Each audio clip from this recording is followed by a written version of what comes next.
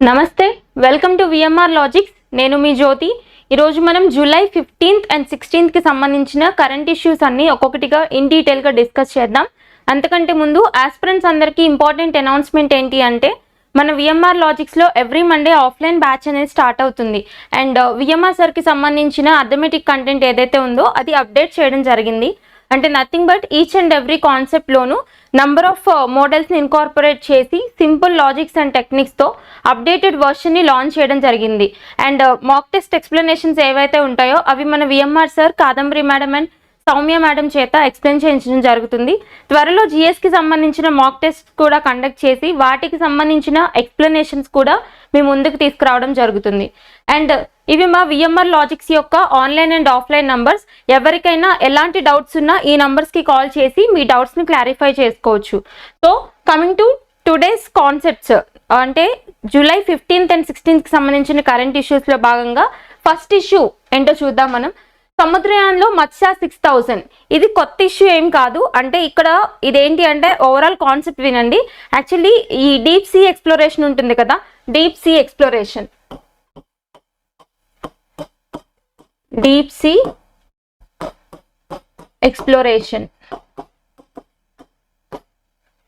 మన science and technology చాలా develop అవుతుంది రీసెంట్ టైమ్స్లో. మనం చూస్తే స్పేస్ ఎక్స్ప్లోరేషన్ అని చెప్పేసి నంబర్ ఆఫ్ ఎక్స్పెరిమెంట్స్ చేస్తున్నాం మనం స్పేస్ని ఎక్స్ప్లోర్ చేయడానికి, అంటే అంతరిక్ష పరిశోధన కోసం. ఫర్ ఎగ్జాంపుల్ మూన్ మీద స్టడీ చేయడానికి చంద్రయాన్ అని చెప్పేసి, అండ్ సన్ యొక్క అట్మాస్ఫియర్ స్టడీ చేయడానికి ఆదిత్య L1 అని చెప్పి, అండ్ ఫ్యూచర్లో వీనస్ని స్టడీ చేయడానికి శుక్రయాన్ అని చెప్పి, తర్వాత మంగళయాన్ మిషన్, ఇట్లాంటి నంబర్ ఆఫ్ మిషన్స్ కండక్ట్ చేస్తున్నాం కదా.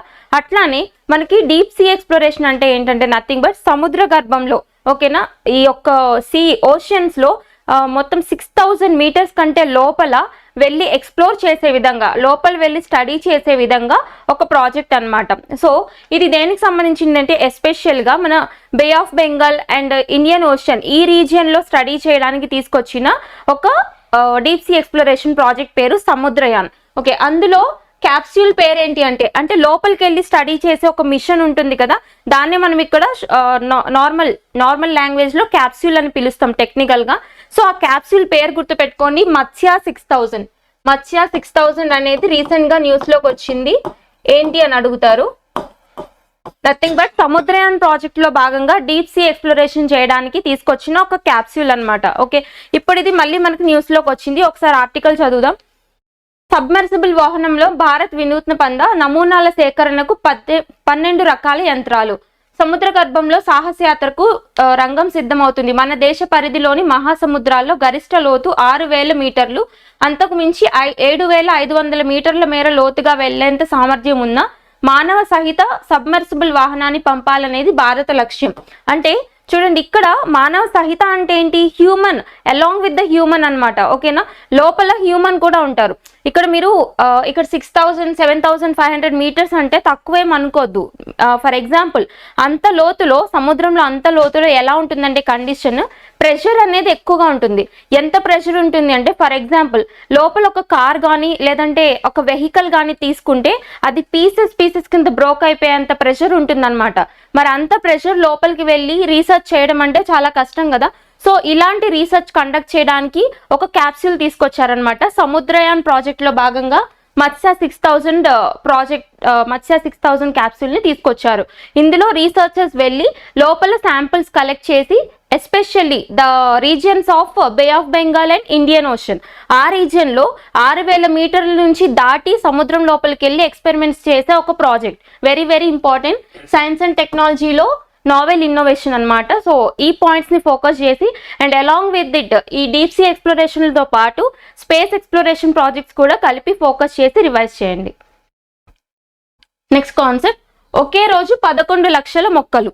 ఇక్కడ ఈ ఆర్టికల్లో మనం మెయిన్గా ఈ టాపిక్ చూద్దాం. ఈ టాపిక్ అంటే ఇంపార్టెంట్, ఇది మన ఇండియన్ కాన్స్టిట్యూషన్కి ఎలా రిలేట్ అవుతుంది అని కూడా చూడాలి. ఓకే, ఇక్కడ అసలు ఆర్టికల్ ఏంటి అంటే, మధ్యప్రదేశ్లోని ఇండోర్ ఒకే రోజు అత్యధిక సంఖ్యలో మొక్కలు నాటి గిన్నీస్ రికార్డు సాధించింది. ఆదివారం 24 గంటల్లో 11 లక్షల మొక్కలు నాటి కొత్త రికార్డును నెలకొల్పింది. ఇక్కడ వీళ్ళు ఇచ్చిన కాన్సెప్ట్ ఏంటి అంటే, ఈ ఆర్టికల్లో కవర్ అయింది ఏంటంటే, మధ్యప్రదేశ్ ఉంది కదా, మధ్యప్రదేశ్లోని ఇండోర్ స్పెషాలిటీ ఏంటి మనకి చూసుకుంటే it is the cleanest city in India. Okay, ఎప్పుడు కూడా ఈ స్వచ్ఛ సర్వేక్షణ్ అవార్డ్స్ ఇస్తుంటారు కదా గవర్నమెంట్ వాళ్ళు. సో ఇందులో కాన్సిక్యూటివ్ గా ఎప్పుడు కూడా ఇండోరే క్లీనెస్ట్ సిటీగా వస్తూ ఉంటుంది అనమాట. అంత క్లీనెస్ట్ ఎన్వైర్న్మెంట్ ఉంటుంది ఇండోర్లో. ఓకే, అక్కడ ఒక్క 24 గంటల్లో అంటే విత్ ఇన్ 1 డేలో 11 లక్షల మొక్కల్ని నాటి రికార్డ్ నెలకొల్పారు, గిన్నిస్ రికార్డు. ఎక్కడ? మధ్యప్రదేశ్లోని ఇండోర్లో. ఓకే, ఇది మనకు యాక్చువల్లీ కవర్ అయిన ఆర్టికల్ అనమాట. సో ఇది యాక్చువల్లీ మనం ఎలా లింక్ చేసుకోవచ్చు అంటే అటవీ విస్తీర్ణాన్ని పెంచడం అంటే ఈ యొక్క ఎఫారెస్ట్రేషన్ అనమాట. అంటే అటవీ విస్తీర్ణాన్ని పెంచే ప్రక్రియ ఎక్కడ చెప్తారు ఇండియన్ కాన్స్టిట్యూషన్ లో అంటే మనకి డిపిఎస్పి అంటే ఏంటి? Directive principles of state policy ఉంది కదా. ఇండియన్ కాన్స్టిట్యూషన్ లో directive principles of state policy ఉంటాయి. అంటే నథింగ్ బట్ ఆదేశిక సూత్రాలు, నిర్దేశక నియమాలు అని చెప్తాం. అంటే these are the directives that are given to the government of the ruling of the day. అంటే ఇప్పుడు పరిపాలిస్తున్న ప్రభుత్వానికి ఇచ్చే సూచనలు అనమాట. ఇవి పాటించకపోవడం గవర్నమెంట్ ఇష్టం. మీరెందుకు పాటించట్లేదు అని చెప్పేసి మనం క్వశ్చన్ చేయడానికి ఉండదు డిపిఎస్పీస్ ని. ఓకేనా? సో ఇందులో ఉన్న ఆర్టికల్ గుర్తుపెట్టుకోండి, especially article 48A, very very important article. ఈ ఆర్టికల్ ప్రకారం అటవీ విస్తీర్ణాన్ని పెంపొందించే పనులు గవర్నమెంట్ చెయ్యాలి అని చెప్పేసి మెన్షన్ చేసి ఉంటుంది అనమాట. ఓకేనా? సో దానికి లింక్ చేసుకోండి. నెక్స్ట్ అలాగే అందులోని మన తెలంగాణలో ఉన్న హరితహారం ప్రాజెక్ట్ ఇవన్నీ కూడా ఆర్టికల్ 48A కిందకే వస్తాయి. Next, prime minister Narendra Modi now has more than 100 million followers on the social media site X, అంటే నథింగ్ బట్ ట్విట్టర్. ఇక్కడ ఏంటి అంటే కాన్సిక్యూటివ్ గా మన ప్రధానమంత్రి నరేంద్ర మోడీ గారికి ట్విట్టర్లో అంటే ఎక్స్ ఖాతాలో ఎక్కువ ఫాలోవర్స్ రికార్డ్ అయిన పర్సన్ గా ఈయన చరిత్రకు ఎక్కారనమాట. సో అదేంటో చూద్దాం. This makes him the most followed world leader on this site. With this important accomplishment, he stands ahead of other famous people around the world, such as US Vice President Joe Biden and Pope Francis. Nothing but మనకి ప్రపంచంలోనే ఎక్కువ followers అంటే ఎప్పుడు కూడా US president కి, తర్వాత Pope Francis కి ఉంటారనమాట. ఓకేనా? సో వీళ్ళకంటే కూడా ఎక్కువ ఫాలోవర్స్ ని సంపాదించుకుని మన prime minister Narendra Modi Twitter లో ఒక రికార్డ్ నెలకొల్పారు. సో జస్ట్ ఈ పాయింట్ ఫోకస్ చేయండి. Most influential person in the Twitter recent times లో ఎవరైనా అడిగితే or Indian prime minister honourable Narendra Modi garu. Next, on July 14, 2024 in Visakhapatnam, the prestigious Fleet Awards function was held to honor the Eastern Fleet's tactical success over the past year. ఇక్కడ eastern fleet కి సంబంధించిన INS ఏవైతే ఉంటాయో అంటే Indian naval ships ఏవైతే ఉంటాయో వాటికి సంబంధించి కొన్ని కేటగిరీస్ లో కొన్ని ఇండియన్ నేవల్ షిప్స్ కి అవార్డ్స్ ఇవ్వడం జరిగింది. అసలు ఈ అవార్డ్స్ ఏంటి ఇవన్నీ చూడడానికంటే ముందు అసలు ఫ్లీట్ అంటే ఏంటి అంటే fleet FLEET. First of all మనం బేసిక్ బ్యాక్గ్రౌండ్ నేర్చుకోవాలి కదా. ఇక్కడ ఫ్లీట్ అంటే ఏంటి అంటే గ్రూప్ ఆఫ్ షిప్స్ అన్నమాట. ఈ గ్రూప్ ఆఫ్ షిప్స్ అన్ని కూడా ఒక అథారిటీ కింద కంట్రోల్ చేయబడితే దాన్ని ఫ్లీట్ అని పిలుస్తారు. మన డిఫెన్స్ రంగంలో ఫ్లీట్ అంటే ఏంటంటే group of ships control by a single authority is known as fleet technically. Okay, so మనకి ఇండియన్ నేవీలో ఎన్ని ఫ్లీట్స్ ఉన్నాయని అడిగితే 2 ఫ్లీట్స్ ఉన్నాయి. ఏంటది? Eastern fleet, western fleet. ఓకేనా? సో వెస్టర్న్ ఫ్లీట్స్ హెడ్ వచ్చేసి ముంబై అనమాట. ముంబై హెడ్ క్వార్టర్స్ గా ఉంటుంది. ఈస్టర్న్ ఫ్లీట్ హెడ్ వచ్చేసి విశాఖపట్నం, ఆంధ్రప్రదేశ్లోని విశాఖపట్నం ఈస్టర్న్ ఫ్లీట్ కి హెడ్. ఓకే, ఇది మనకి బేసిక్ పాయింట్ అసలు చూడాల్సింది. ఇప్పుడు ఈస్టర్న్ ఫ్లీట్ లో ఒక సెరిమనీ జరిగింది. ఇక్కడ బెస్ట్ నేవల్ షిప్స్ ఏవైతే ఉన్నాయో వాటికి సంబంధించి అవార్డ్స్ వచ్చాయి. ఆ నేవల్ షిప్స్ ఏంటి, అవి తయారు చేసిన షిప్ బిల్డింగ్ కంపెనీస్ ఏంటో మనం చూడాలి ఇప్పుడు. Okay, so as a result of its excellent performance and operational task, INS Delhi Mazagon dockyard limited was named as the best ship of the eastern fleet. మనం చెప్పుకున్నాం కదా ఫ్లీట్ అంటే ఏంటి, group of ships control by a single authority అని చెప్పాం కదా. So eastern fleet లో ఉన్న షిప్స్ అన్నిటిలోకెల్లా బెస్ట్ నేవల్ షిప్ ఏది అని అడిగితే ఐఎన్ఎస్ ఢిల్లీ అనమాట. రీసెంట్ గా ఇచ్చిన అవార్డ్స్ ప్రకారం INS Delhi very very important. So INS Delhi news లోకి వచ్చింది కాబట్టి ఇది తయారు చేసిన షిప్ బిల్డింగ్ కంపెనీ కూడా చూడాలి. మజగావ్ డాక్యార్డ్ లిమిటెడ్, ఇది ఎక్కడ ఉంటుంది అంటే దీని హెడ్ క్వార్టర్స్ వచ్చేసి ముంబై. ఓకేనా, ఇది important point first of all. And next, the event was held every year to honor different ships for their outstanding performance in different categories. The INS Kavaratti, Garden Reach Shipbuilders and Engineers Kolkata, was praised as the best ship in the category of corvettes, OPVs and LSTs. Nothing but ఇక్కడ కార్వెట్స్, ఓపీవీస్ కేటగిరీలో అంటే కార్వెట్స్ అంటే general గా చెప్పాలంటే ఈ యుద్ధ నౌకలు ఉంటాయి కదా, మనం వార్షిప్స్ అని పిలుస్తాం కదా, వాటిని కార్వెట్స్ అంటాము. తర్వాత ఓపీవీ అంటే of sure petrol వెజిల్, OPV of sure petrol వెజిల్. మనకి ఇక్కడ ప్రతిదానికి మీనింగ్స్ తెలియాలి, లేదంటే కన్ఫ్యూజన్ వస్తుంది అనమాట. ఈ ఓపీవీ అంటే నథింగ్ బట్ ఈ కోస్టల్ ఏరియాని కంట్రోల్ చేసే, అక్కడ రెగ్యులేట్ చేసే షిప్స్ ఉంటాయి కదా, అక్కడ సెక్యూరిటీ చూసుకునే ఉంటాయి కదా, వాటిని మనం ఓపీవీస్ అంటాం, ఆఫ్ షోర్ పెట్రోలింగ్ వెజిల్స్ అని పిలుస్తారు.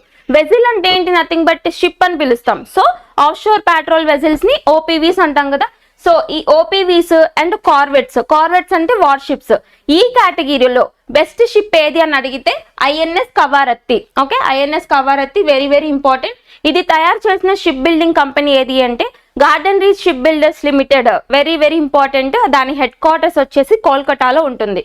Next one, INS Shivalik, INS Sumedha and INS Sumitra was praised for being the most spiritual in the Sunrise fleet and for taking on a wide range of difficult tasks throughout the year. Okay, nothing but ఈ INS ఏమేమి ఉన్నాయి అవి తయారు చేసిన ship building companies ఏంటో focus చేయండి, సరిపోతుంది. Next, eastern fleet head quarters ఏంటి, వెస్టర్న్ ఫ్లీట్ హెడ్ క్వార్టర్స్ ఏంటి చూడండి, సరిపోతుంది. ఈస్టర్న్ ఫ్లీట్ వచ్చి విశాఖపట్నం, వెస్టర్న్ ఫ్లీట్ వచ్చి Mumbai, Maharashtra.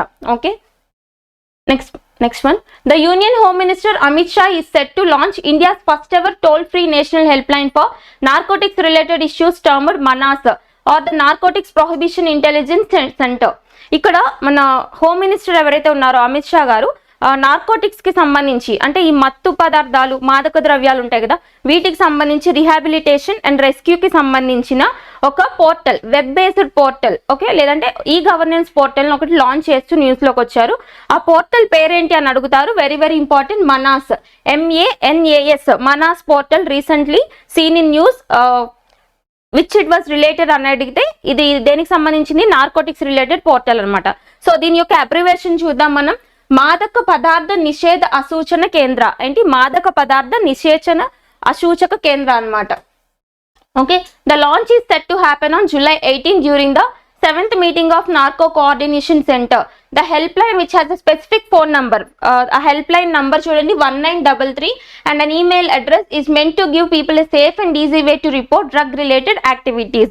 Okay, and next, as required by the NDPS Act, the Narcotics Control Bureau will verify the information given by reporters and take action based on that information. Nothing but ఈ యొక్క portal కి ఏదైనా complaints వెళ్ళినా కానీ NDPS చట్టం అంటే ఇండియాలో ఈ డ్రగ్స్ కి సంబంధించి, అంటే నార్కోటిక్స్, ఎస్పెషల్లీ నార్కోటిక్స్ కి సంబంధించి రెగ్యులేట్ చేసే చట్టం ఒకటి ఉంది. అది ఏంటి అంటే నార్కోటిక్స్ కంట్రోల్ సైకోట్రోపిక్స్ సబ్స్టెన్సెస్ యాక్ట్ అని చెప్పేసి NDPS యాక్ట్ అని ఒకటి ఉంది. ఇయర్ గుర్తుపెట్టుకోండి, వెరీ ఇంపార్టెంట్, 1985.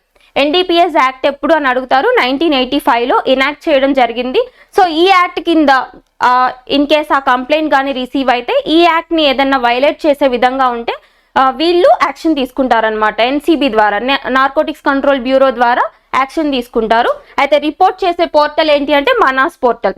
ఏ మినిస్ట్రీ లాంచ్ చేసిందని అడుగుతారు, very very important, union home ministry. Next, India will hold the second Asia Pacific Ministerial Conference on Civil Aviation from September 11 to 12th. The inaugural meeting took place in Beijing in February 2018 and this important event comes after it. Nothing but ఇక్కడ Asia Pacific inter ministerial conference జరిగింది. దేని మీద అంటే civil aviation మీద, అంటే పౌర విమానయాన రంగం ఉంటుంది కదా, సివిల్ ఏవియేషన్ సెక్టర్, దానికి సంబంధించి సెకండ్ మీటింగ్ ఎక్కడ అంటే ఇండియాలో జరిగిందనమాట. అయితే ఫస్ట్ మీటింగ్, ఇనాగరల్ మీటింగ్ ఎప్పుడు అంటే 2018లో బీజింగ్ లో జరిగింది. బీజింగ్ అంటే ఎక్కడుంది మనకి, చైనా కదా. సో ఫస్ట్ మీటింగ్ 2018లో బీజింగ్ లో జరిగితే సివిల్ ఏవియేషన్ కి సంబంధించిన మీటింగ్, ఇప్పుడు సెకండ్ మీటింగ్ ఇండియాలో జరుగుతుంది అనమాట. At present ministry of civil aviation ఎవరున్నారు, ప్రెసెంట్ క్యాబినెట్ ప్రకారం మన ఆంధ్రప్రదేశ్ నుంచి వెళ్ళిన రామ్మోహన్ నాయుడు గారు ఉన్నారనమాట. Okay, very important person. Due to the fast growth of aviation in the area, the upcoming meeting in India is a big step forward planning the future of aviation for 39 Asian and Pacific member states.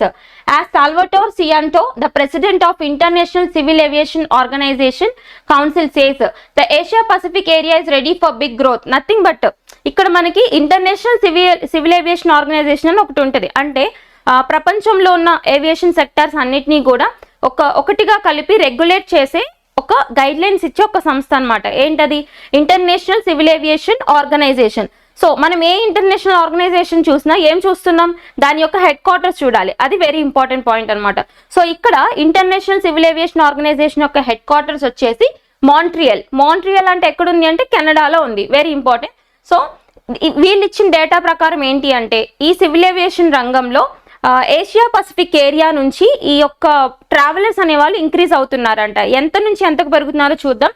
2023లో 4.5 billion ఉన్న వాళ్ళు 2050 కల్లా 11.5 బిలియన్కి వెళ్తారు అని చెప్పేసి ఒక estimation ఇచ్చారు. Just గుర్తుపెట్టుకోండి.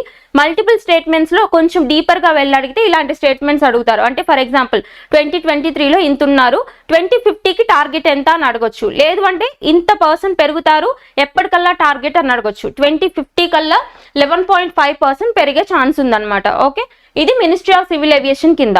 మనం మినిస్ట్రీస్ కింద చెప్పుకున్నవన్నీ కూడా ప్రెస్ ఇన్ఫర్మేషన్ బ్యూరో నుంచి తీసిన ఇన్ఫర్మేషన్ అనమాట. So very very important concepts. Next one, the introduction of the R21 or Matrix M vaccine in Cote d'Ivoire was a big step forward in the fight against malaria around the world. ఇక్కడ ఏంటి అంటే మలేరియాకి సంబంధించి ఒక vaccine మన western African నేషన్లో for the first time యూసేజ్లోకి రాబోతుంది. అదేంటి అంటే ఆ వ్యాక్సిన్ పేరు R21 ఆర్ మ్యాట్రిక్స్ M అనేది రీసెంట్గా న్యూస్లోకి వచ్చింది. అది దేనికి సంబంధించిన వ్యాక్సిన్ అని అడిగే ఛాన్స్ ఉంటుంది. దేనికి సంబంధించింది? అది మలేరియాకి సంబంధించిన వ్యాక్సిన్ అనమాట.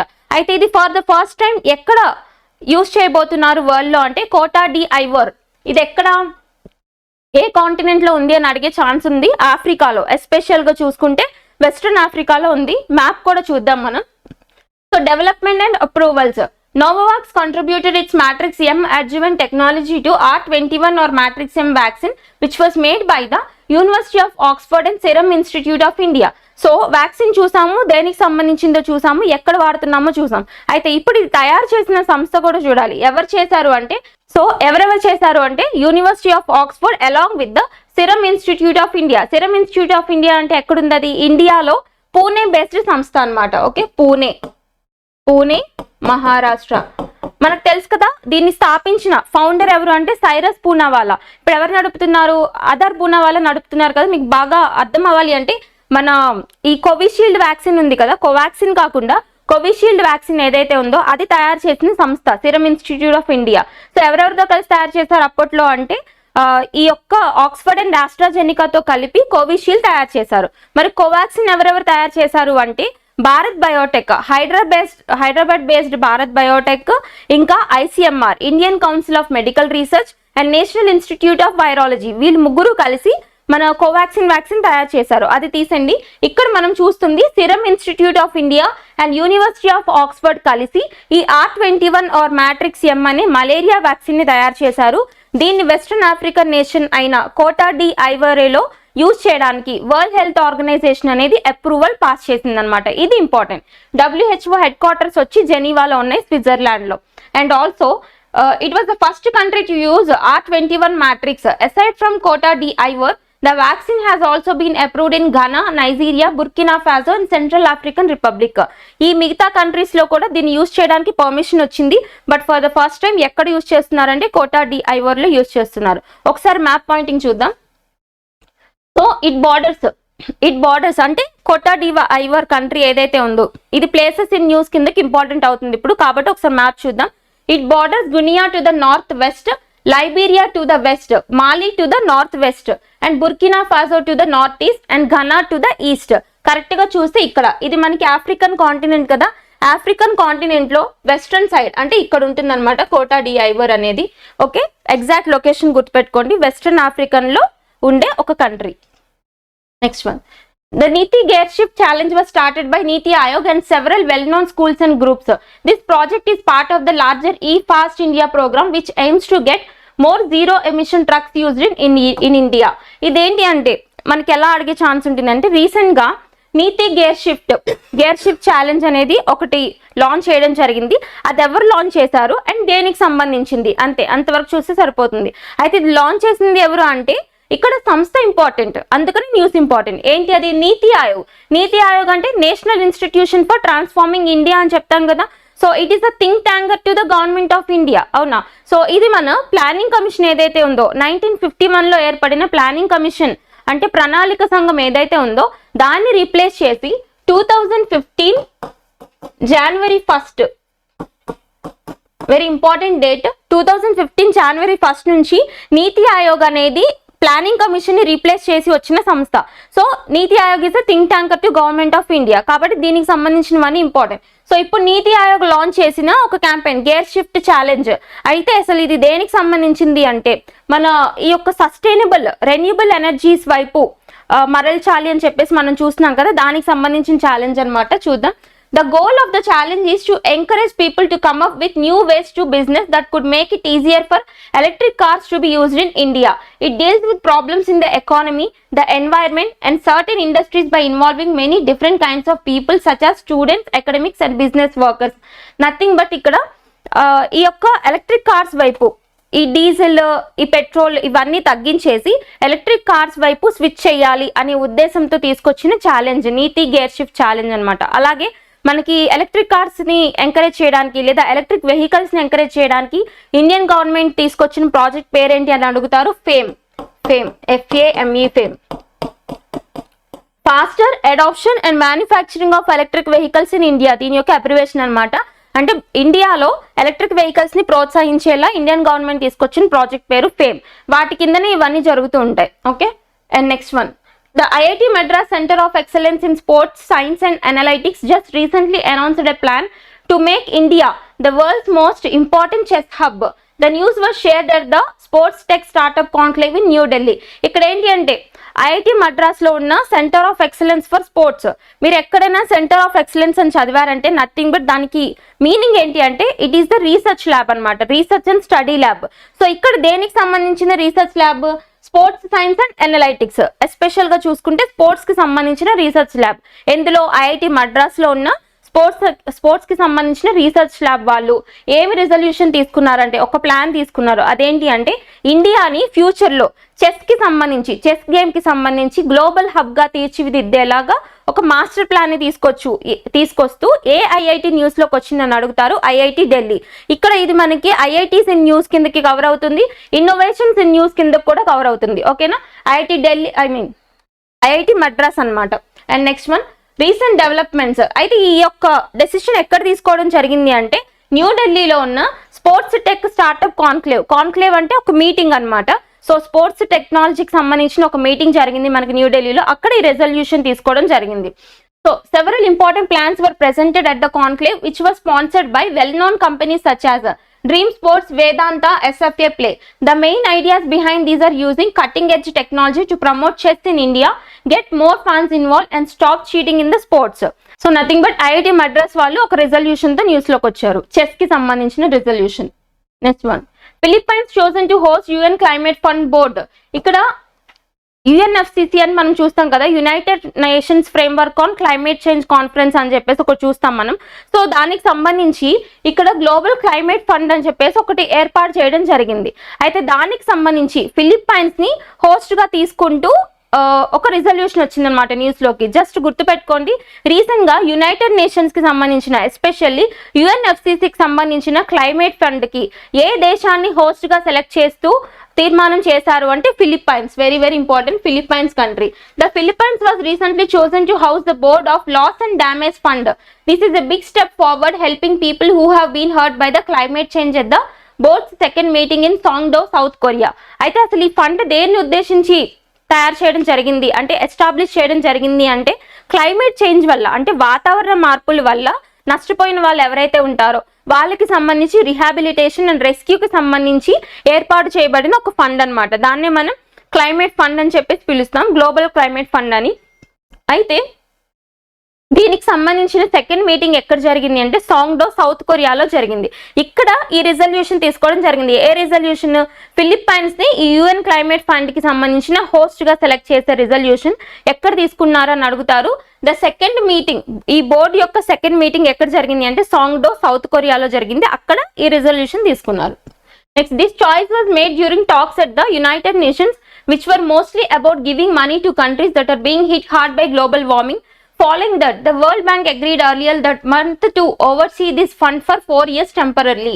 And the fund, which was operationalized at the COP28 UN Climate Change Conference last December, was established to help vulnerable countries recover from climate impacts. Nothing but ఈ ఫండ్ ని ఎస్టాబ్లిష్ చేశారని చెప్పారు కదా, అసలు ఎప్పుడు ఎస్టాబ్లిష్ చేశారు అంటే లాస్ట్ ఇయర్ లోనే. మనం చూస్తే యుఎన్ఎఫ్సిసి కింద కాన్ఫరెన్స్ ఆఫ్ పార్టీస్ అని చెప్పేసి సమ్మిట్స్ జరుగుతూ ఉంటాయి కదా, ఆ సమ్మిట్స్ లో రీసెంట్ వన్ ఏంటి COP28 summit. So COP28 summit లో ఎప్పుడైతే లాస్ట్ ఇయర్ 2023లో జరిగిన COP28 సమ్మిట్ లో ఈ రెజల్యూషన్ తీసుకోవడం జరిగిందనమాట. ఓకే, ఏంటి ఈ ఫండ్ ని ఎస్టాబ్లిష్ చేసే రెజల్యూషన్ COP28 లో తీసుకోవడం జరిగింది. అయితే దానికి ఫిలిప్పైన్స్ ని హోస్ట్ గా సెలెక్ట్ చేసే రెజల్యూషన్ సౌత్ కొరియాలో ఉన్న సాంగ్డోలో సెకండ్ మీటింగ్ లో తీసుకోవడం జరిగింది. ఓకేనా. అండ్ నెక్స్ట్ వన్, ఇక్కడ ఒక ట్రోఫీ న్యూస్ లోకి వచ్చింది, లెజెండ్స్ ట్రోఫీ. ఓకే, అది దేనికి సంబంధించిందో చూద్దాం. ఇది స్పోర్ట్స్ కి సంబంధించిన ఇష్యూ. సో అంతర్జాతీయ క్రికెట్ నుంచి రిటైర్మెంట్ ప్రకటించిన మాజీ క్రికెటర్లు ఆడే world championship of legends, world championship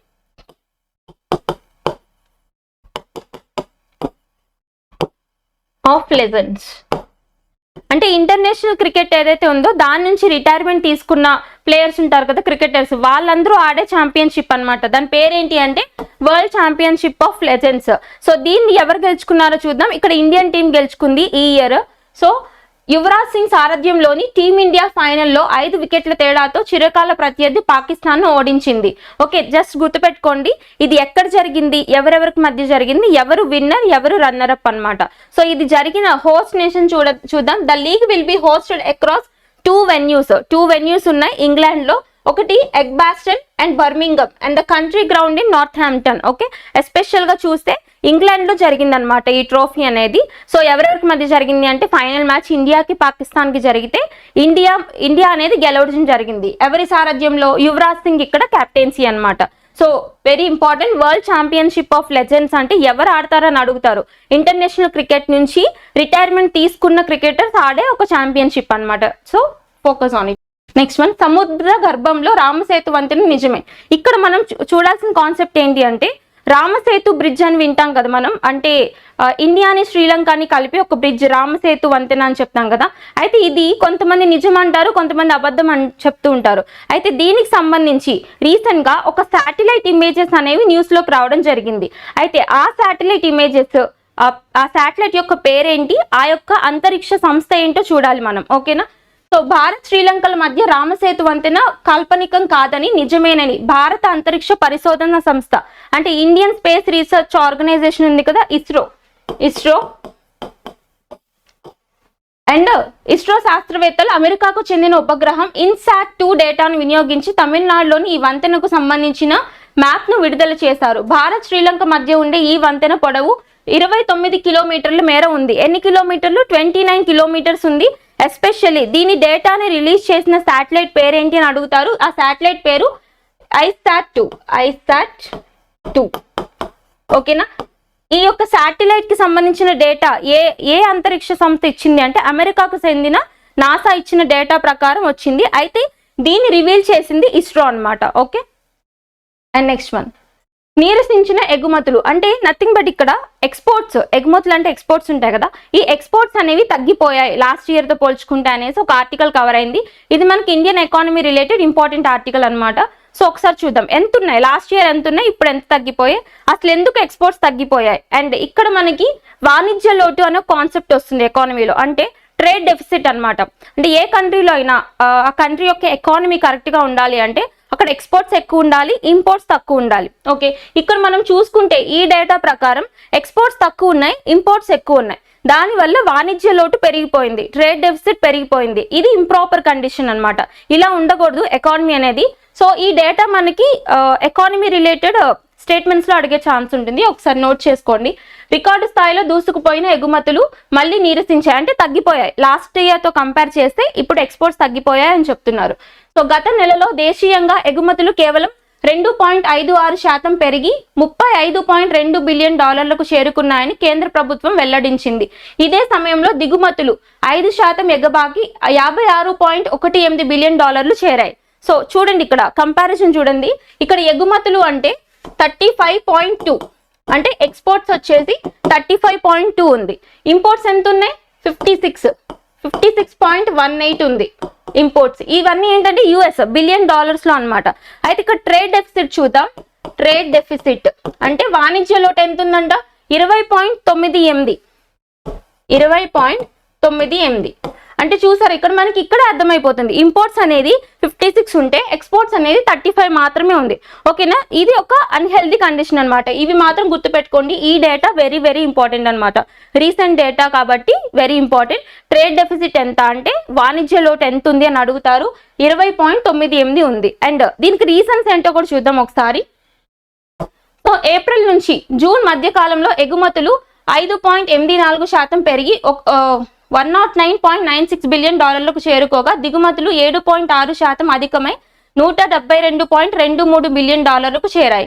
దీంతో వాణిజ్య లోటు 62.26 బిలియన్ డాలర్లకు ఉన్నాయి. చమురు దిగుమతులు ఇక్కడ ఒక్కొక్క కేటగిరీ చూద్దాం మనం. చమురు అంటే నథింగ్ బట్ ఈ యొక్క పెట్రోల్ ఇవన్నీ ఉంటాయి కదా, వీటికి సంబంధించి చమురు దిగుమతులు 19.62% పెరిగి 15 బిలియన్ డాలర్లకు చేరుకున్నాయి. నెక్స్ట్ పసిడి దిగుమతులు. పసిడి అంటే గోల్డ్ అన్నమాట. గోల్డ్ యొక్క ఇంపోర్ట్స్ ఎంత 38.66% తగ్గి 3 బిలియన్ డాలర్లకు పరిమితమయ్యాయి.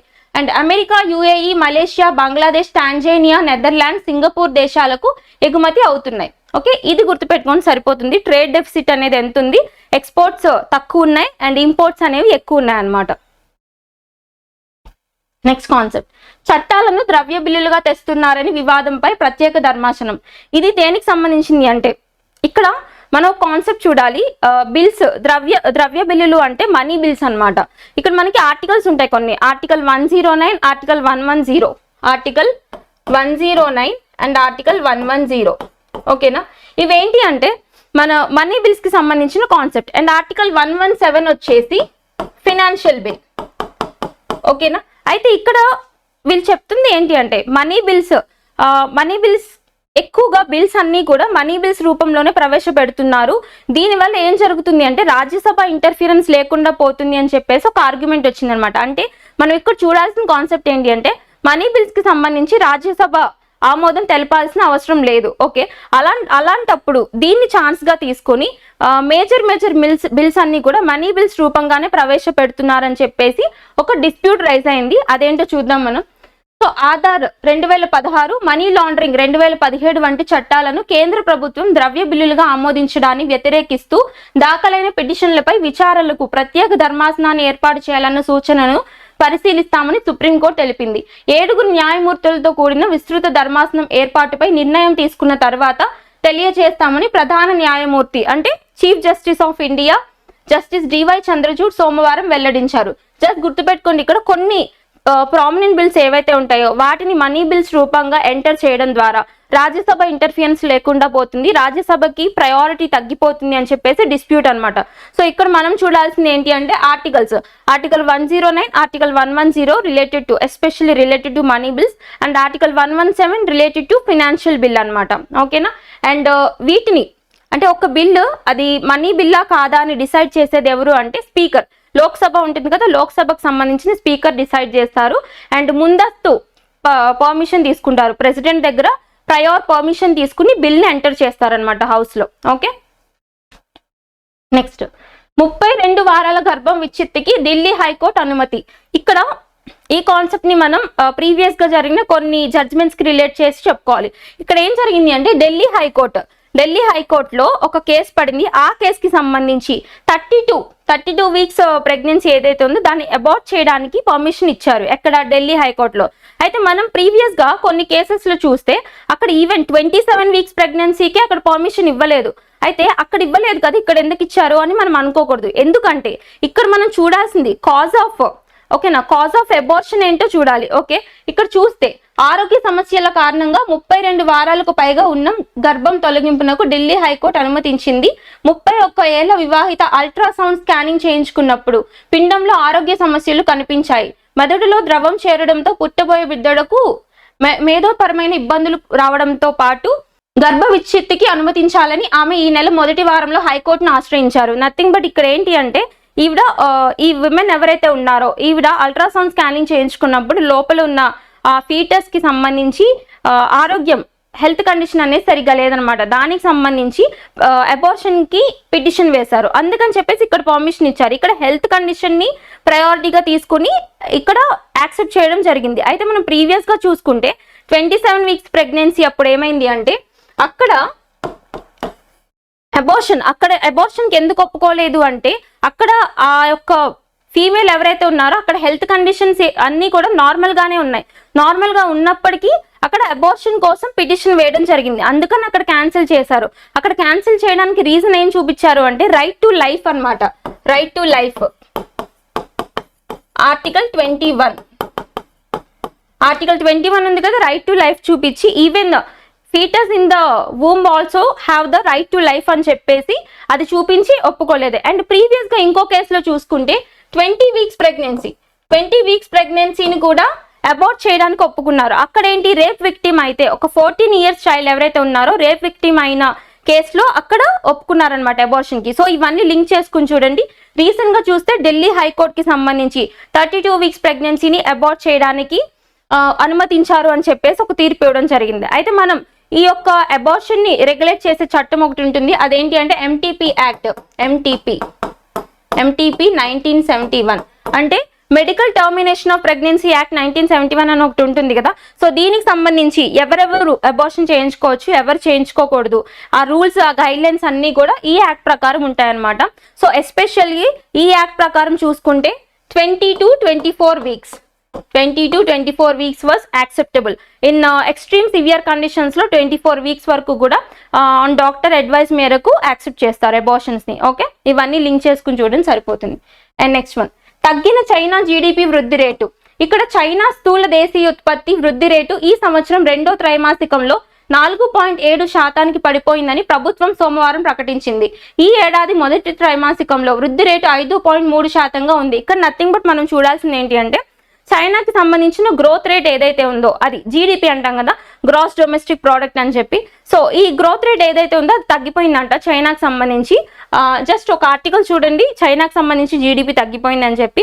అయితే ఇక్కడ మనం మేజర్గా చూసుకుంటే రీజన్ ఏమై ఉండొచ్చు అంటే పాపులేషన్ అనేది చైనా పాపులేషన్ తగ్గిపోతూ వస్తుంది. మీరు అబ్జర్వ్ చేస్తే మనకి రీసెంట్గా పాపులేషన్కి సంబంధించిన స్టాటిస్టిక్స్ రిలీజ్ అయ్యాయి. అందులో ఇండియా పాపులేషన్ అనేది పెరుగుతూ ఉంది, చైనా పాపులేషన్ తగ్గిపోతూ ఉంది. అండ్ ఈవెన్ రాబోతున్న 2100 ఇయర్కి వెళ్ళేసరికి చైనా పాపులేషన్ 68 నుంచి 70 crores తగ్గిపోయే ఛాన్స్ ఉంది అని చెప్పేసి కూడా మనం చూసాం డేటా. ఓకే, జస్ట్ లింక్ చేసుకోండి ఇవన్నీ. చైనా పాపులేషన్ తగ్గిపోవడం కారణంగానే ఇక్కడ చైనా యొక్క జీడిపి గ్రోత్ రేట్ కూడా తగ్గిపోయింది అనమాట. నెక్స్ట్ వన్, మధుమేహానికి బాయ్. ఇక్కడ ఏంటి అంటే ఒక డ్రగ్ థెరపీ తీసుకొస్తున్నారు. ఆ డ్రగ్ థెరపీతో ఈ డయాబెటీస్ ఏదైతే ఉందో దీనికి సంబంధించి కంప్లీట్ క్యూర్ అనేది దొరుకుతుందంట. అంటే మనం చూస్తే ఈ డయాబెటీస్ వచ్చిన వాళ్ళు ఎవరైనా కానీ టైప్ 1 కానీ టైప్ 2 కానీ డయాబెటీస్ వచ్చిన వాళ్ళందరూ కూడా చాలా ఇబ్బంది పడుతుంటారు. ఎవ్రీడే మెడిసిన్స్ తీసుకోవాలి. లేదు టైప్ 1 డయాబెటీస్ అనుకోండి, ఇంకా దారుణం అనమాట. రోజు కూడా ఇన్సులిన్ థెరపీ తీసుకోవాలి. అంటే నథింగ్ బట్ ఈ యొక్క సబ్క్యూటేనియస్ లేయర్ ఉంటుంది కదా, సబ్క్యూటేనియస్ లేయర్ లో ఇంజెక్షన్స్ తీసుకుంటూ ఉండాలి రోజు. అదంతా కూడా చాలా టీడీఎస్ ప్రాసెస్ అండ్ డైలీ అలా చేయడం అనేది చాలా ఇబ్బందికరమైన ప్రక్రియ. సో ఇలాంటి వాటన్నిటిని కూడా కర్బ్ చేయడానికి ఇక్కడ ఒక డ్రగ్ థెరపీ తీసుకొస్తూ న్యూస్లోకి వచ్చారు. ఎవరు అంటే అమెరికాకి సంబంధించిన సైంటిస్టులు. సో ఒకసారి చూద్దాం మనం. సో ప్రపంచవ్యాప్తంగా ప్రతి 10 మందిలో ఒకరు డయాబెటీస్ తో బాధపడుతున్నారు. రక్తంలో చక్కెర స్థాయిలను నియంత్రించడానికి రోజు ఇన్సులిన్ వంటి ఇంజెక్షన్లు, మందులను వాడడం రోగులకు ఇబ్బంది. దీనికి చెక్ పెడుతూ క్లోమంలో ఇన్సులిన్ ని, క్లోమం అంటే ఏంటి, పాన్క్రియాటిక్ గ్లాండ్ ఉంటుంది కదా. సో ఈ ప్యాన్క్రియాస్ లోనే కదా మనకి ఈ బీటా సెల్స్ ఏవైతే ఉంటాయో, బీటా సెల్స్ ఇన్సులిన్ ని సరిగ్గా ఉత్పత్తి చేయకపోవడం కారణంగానే కదా బ్లడ్ లో గ్లూకోజ్ లెవెల్స్ అనేవి రెగ్యులేట్ కావు. సో ఈ బ్లడ్ లో గ్లూకోజ్ లెవెల్స్ రెగ్యులేట్ కాకపోవడానికి రీజన్ ఏంటి, బాడీలో ఇన్సులిన్ అనేది సెక్రెట్ కాకపోవడం. అసలు ఇన్సులిన్ ఎక్కడి నుంచి సెక్రెట్ అవుతుంది అంటే ప్యాన్క్రియాస్ లో ఉన్న బీటా సెల్స్ నుంచి ఇన్సులిన్ సెక్రెట్ అవ్వాలి. కాబట్టి అసలు మేజర్ ప్రాబ్లం ఉన్నది ప్యాన్క్రియాస్ లో డయాబెటీస్ ఉన్న వాళ్ళకి. సో ఈ ప్యాన్క్రియాస్ నుంచి ఇన్సులిన్ సెక్రేషన్ ని ఎంకరేజ్ చేసే విధంగా, కెటలిస్ట్ లా యాక్ట్ చేసే విధంగా ఒక డ్రగ్ థెరపీని తీసుకొచ్చారనమాట. ఎవరు అంటే యుఎస్ఏకి సంబంధించిన సైంటిస్టులు. అప్పుడు ఏమవుతుంది అంటే లోపల నుంచి క్యూర్ జరుగుతుంది. అంటే లోపలే ఇన్సులిన్ అనేది ప్రొడ్యూస్ అవుతుంది. దాని కారణంగా గ్లూకోజ్ లెవెల్స్ అనేవి రెగ్యులేషన్ లో ఉంటాయి. అప్పుడు ఏ యొక్క ఈ ఇంజెక్షన్స్ కానీ మెడిసిన్స్ తో కానీ అవసరం రాదు. ఓకే, సో ఎలుకల్లో చేసిన ఈ ప్రయోగం సత్ఫలితాలు ఇచ్చాయని ఇన్సులిన్ ఉత్పత్తి చేసే కణాలను ఈ డ్రగ్ థెరపీతో 700% మేర ఉత్తేజితం చేస్తామని పరిశోధకులు చెప్తున్నారు. ఓకే, జస్ట్ గుర్తుపెట్టుకోండి.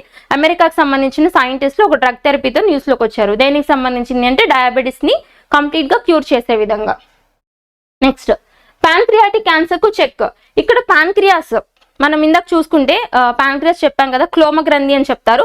సో ఈ ప్యాంక్రియాటిక్ క్యాన్సర్ కు చెక్ పెట్టే విధంగా ఒక థెరపీ అన్నమాట. అదేంటో చూద్దాం. చివరి దశలో మాత్రమే గుర్తించగలిగే మహమ్మారి ప్యాంక్రియాటిక్ క్యాన్సర్.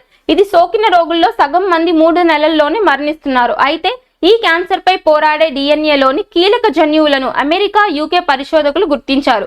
ఈ కణాలు నాశనం కాకుండా రివర్స్ థెరపీ ద్వారా చెక్ పెడితే ప్యాంక్రియాటిక్ క్యాన్సర్ కేసులను కట్టడి చేయవచ్చని అభిప్రాయం వ్యక్తం చేస్తున్నారు. అంటే నథింగ్ బట్ ఈ ప్యాంక్రియాటిక్ క్యాన్సర్ కి సంబంధించి ఒక స్పెషల్ డిఎన్ఏ ఉంది, అంటే ఒక స్పెషల్ జీన్ ఉంది. సో ఆ జీన్ కి సంబంధించి చెక్ పెట్టాలన్నమాట ఇప్పుడు ఈ థెరపీతో. అది ఎవరు సృష్టించారు అంటే అమెరికా అండ్ యూకేకి సంబంధించిన శాస్త్రవేత్తలు. ఒకసారి చూద్దాం. అది క్లోమంలో ఉన్న డిఎన్ఏలోని HNAF4A. ఓకే, ఇది జీన్ నేమ్ గుర్తుపెట్టుకోండి. సో గుర్తుపెట్టుకోండి, ఇది మనకి ప్యాంక్రియాస్ లో జీన్స్ లో ఉండే డిఎన్ఏ ఏంటి అంటే HNAF4A అన్నమాట. సాయంతో శరీరంలోని కీలక అవయవాలన్నీ జీవక్రియలను సక్రమంగా నెరవేరుస్తాయి. అయితే ప్యాంక్రియాటిక్ క్యాన్సర్ సోకిన రోగిలో ఈ క్యాన్సర్ కణాలు HNAF4A జన్యువులపై దాడి చేసి కొత్త కణాలు పుట్టకుండా నిరోధిస్తున్నట్లు పరిశోధకులు తాజాగా కనిపెట్టారు. ఈ ప్రక్రియకు DNA మిథైలేషన్ గా పేరు పెట్టారు. అయితే రివర్స్ థెరపీతో దీన్ని కర్బ్ చేయొచ్చు. నథింగ్ బట్ నార్మల్ గా చూసుకుంటే అసలు ప్రాసెస్ చూడండి. ప్యాంక్రియాస్ లో ఒక జీన్ ఉంటుందన్నమాట. ఆ జీన్ పేరేంటి అంటే HNAF4A అనే జీన్ ఉంటుంది. ఓకేనా. అయితే ఈ జీన్ వల్ల ఏంటి అంటే నార్మల్ ఫంక్షనింగ్ అంతా జరుగుతుంది ప్యాంక్రియాస్ లో, అంటే రెగ్యులేషన్స్ అన్ని కూడా నార్మల్ గా జరుగుతాయి. అయితే ఎప్పుడైతే ప్యాంక్రియాటిక్ క్యాన్సర్ సోకిందో అప్పుడు ఏమవుతుందంటే ఈ క్యాన్సర్ సెల్స్ ఏవైతే ఉంటాయో ఈ జీన్ ని వర్క్ చేయకుండా ఆపుతాయి అన్నమాట. ఓకేనా. అప్పుడు మనం ఒక రివర్స్ థెరపీ చేయడం ద్వారా ఈ యొక్క ప్యాంక్రియాటిక్ క్యాన్సర్ తగ్గించవచ్చని USA అండ్ UK కి సంబంధించిన రీసెర్చర్స్ ఒక రీసెర్చ్ చేయడం జరిగింది. అండ్ నెక్స్ట్ వన్, 420 కోట్ల ఏళ్ల క్రితం భూమిపై జీవం. ఇది ఒక కాన్సెప్ట్, జియోగ్రఫీకి లింక్ చేసుకోవచ్చు మనం. ఏంటి అంటే 420 crores ఆఫ్ ఇయర్స్ బ్యాక్ ముందే మన ఈ యొక్క భూమి మీద లైఫ్ అనేది ఆరిజిన్ అయిందనేసి చెప్తున్నారు. చూద్దాం ఒకసారి. భూమిపై జీవం పుట్టుకకు సంబంధించి పరిశోధకులు ఆసక్తికర విషయాన్ని వెల్లడించారు. సుమారుగా 420 కోట్ల సంవత్సరాల క్రితం భూమిపై జీవం ఆవిర్భవించిందని సైంటిస్టులు అంచనా వేస్తున్నారు. Science alert journal, very important journal. ఒకటి సైన్స్ నేచురల్ కానీ అండ్ సైన్స్ అలర్ట్ కానీ, ఈ రెండిట్లో ఉండే రిపోర్ట్స్ ఇంపార్టెంట్ అన్నమాట. జర్నల్ నివేదిక ప్రకారం భూమిపై ప్రస్తుత జీవుల జన్యువులను విశ్లేషించిన సైంటిస్టులు పూర్వీకుల్లో చివరన ఉన్న జీవుల పుట్టుక సమయాన్ని గణించారని నివేదిక పేర్కొంది. జన్యు క్రమంలో చివరి సార్వత్రిక సాధారణ పూర్వీకుల సమయాన్ని వారు కనుగొన్నారు. భూమిపై జీవం పుట్టుకకు ఒకే ఒక పూర్వీకుడు కారణమైతే ఆ పూర్వీకుడు సుమారుగా 420 కోట్ల క్రితం పుట్టి ఉంటాడని అంచనా కట్టారు. భూమి ఏర్పడి కూడా 450 కోట్ల సంవత్సరాలు అవుతుంది. అంతే కదా, మన యొక్క ఎర్త్ మొత్తం ఏర్పడి 450 crores ఇయర్స్ అవుతుంది కదా. So 450 crores years back earth form అయితే 420 crores years back life form అయింది అని చెప్తున్నారు అనమాట. జస్ట్ గుర్తుపెట్టుకోండి, ఒక డేటా అన్నమాట ఇది. నెక్స్ట్, చంద్రుడిపై గృహ. ఇక్కడ చంద్రుడు అంటే మూన్ సర్ఫేస్ మీద ఒక కేవ్ ని డిస్కవర్ చేశారనమాట, ఒక గుహని. అదేంటో చూద్దాం. చంద్రుడిపై ఒక గుహ ఉందని ఇటలీ శాస్త్రవేత్తలు, ఏ శాస్త్రవేత్తలు అంటే ఇటలీ సైంటిస్ట్ గ్రూప్ ఐడెంటిఫై చేశారు. భవిష్యత్తులో ఉపగ్రహం పైకి పంపే వ్యోమగాములకు దీనిని షెల్టర్ గా వాడొచ్చని వెల్లడించింది. అంటే ఆస్ట్రోనాట్స్ వెళ్తుంటారు కదా అక్కడ రీసెర్చ్ చేయడానికి, వాళ్ళకి షెల్టర్ కింద వాడుకోవచ్చు అంట. అమెరికా అంతరిక్ష పరిశోధన సంస్థ నాసా 1969లో ప్రయోగించిన అపోలో 11 చంద్రుడిపై దిగిన ప్రదేశానికి సమీపంలోని ఈ గుహ ఉందని శాస్త్రవేత్తలు వెల్లడించారు.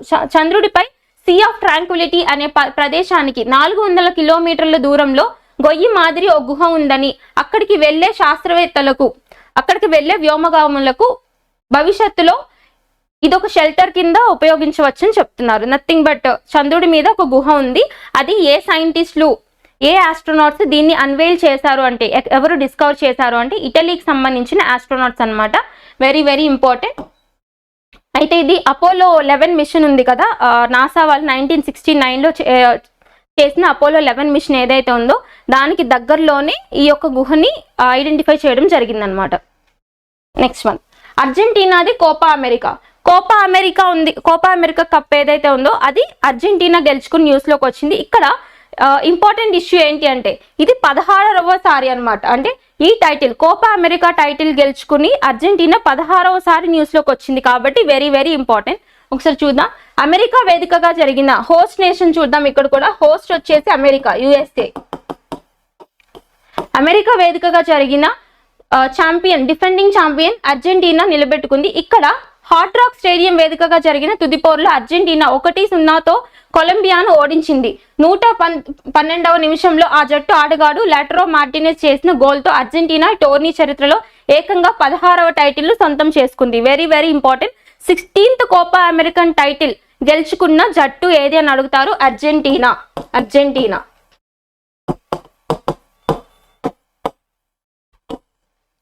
ఓకే, ఎవరి పైన గెలిచింది అంటే కొలంబియా పైన గెలిచింది. ఓకేనా, అర్జెంటీనా వర్సెస్ కొలంబియా. సో ఇక్కడ ప్లేయర్ ఆఫ్ ద టోర్నమెంట్ ఎవరని అడుగుతారు మనని. ప్లేయర్ ఆఫ్ ద టోర్నమెంట్ వచ్చేసి జేమ్స్ రోడ్రిగెస్ కు player of the tournament in Copa America title రావడం జరిగింది. ఓకే, ఈ పాయింట్స్ ఫోకస్ చేయండి. మీకు ఏ టోర్నమెంట్ చెప్పినా host was very very important. ఇక్కడ మన కోపా అమెరికాలో హోస్ట్ వచ్చేసి యుఎస్ఏ అన్నమాట. Okay, next one, Sabeera Haris wins bronze at ISSF junior world cup. Okay, ఇక్కడ షూటింగ్ కి సంబంధించి వరల్డ్ జూనియర్ వరల్డ్ కప్ ఎక్కడ జరిగింది అంటే ఇటలీలో జరిగింది. ఇందులో గెలిచిన వాళ్ళు ఎవరో చూద్దాం మనం. At the ISSF junior world cup in Porpetto, Italy, Indian shooter Sabira Harris won 3rd place in the women's trap category. It was an amazing sports event. With this win, India added another medal to its collection at this important event. Indian కాబట్టి important. ఎవరు? Sabira Harris. ఎక్కడ జరిగింది అంటే ఇటలీలో ఉన్న పోర్పెటోలో ఈ event జరిగింది. ISSF కి సంబంధించిన షూటింగ్ ఈవెంట్ అన్నమాట. ఇండియన్ షూటర్ గెలుచుకున్నారు. నెక్స్ట్ వన్, ఏపీలో పెట్టుబడులు పెట్టండి. ఇది రీజనల్ ఇష్యూకి సంబంధించి ఒక ఒప్పందం అన్నమాట. పెట్టుబడులు అంటే ఇన్వెస్ట్మెంట్స్ కి సంబంధించిన ఒక ఇష్యూ. అదేంటో చూద్దాం. JSW గ్రూప్ చైర్మన్ సజ్జన్ జిందాల్తో చంద్రబాబు నాయుడు రాష్ట్రంలో పెట్టుబడులదారులకు మంచి అవకాశాలు ఉన్నాయని ప్రతిపాదనలతో వస్తే ప్రభుత్వం నుంచి పూర్తి సహకారం అందిస్తామని JSW group chairman Sajjan Jindal కు ముఖ్యమంత్రి చంద్రబాబు నాయుడు తెలిపారు. సోమవారం సీఎంతో జిందాల్ భేటీ అయ్యారు. రాష్ట్రంలో పెట్టుబడులకు సంబంధించి అంశంపై చర్చించారు. జస్ట్ గుర్తుపెట్టుకోండి, ఇక్కడ JSW గ్రూప్ తో ఆంధ్రప్రదేశ్ గవర్నమెంట్ ఒక ఒప్పందం చేసుకోవడం జరిగింది. Okay, that's all about today's current affairs. ఇంకా ఎవరికైనా ఎలాంటి డౌట్స్ ఉన్నా కింద కమెంట్ సెక్షన్ లో పింగ్ చేయండి. Keep learning. Thank you.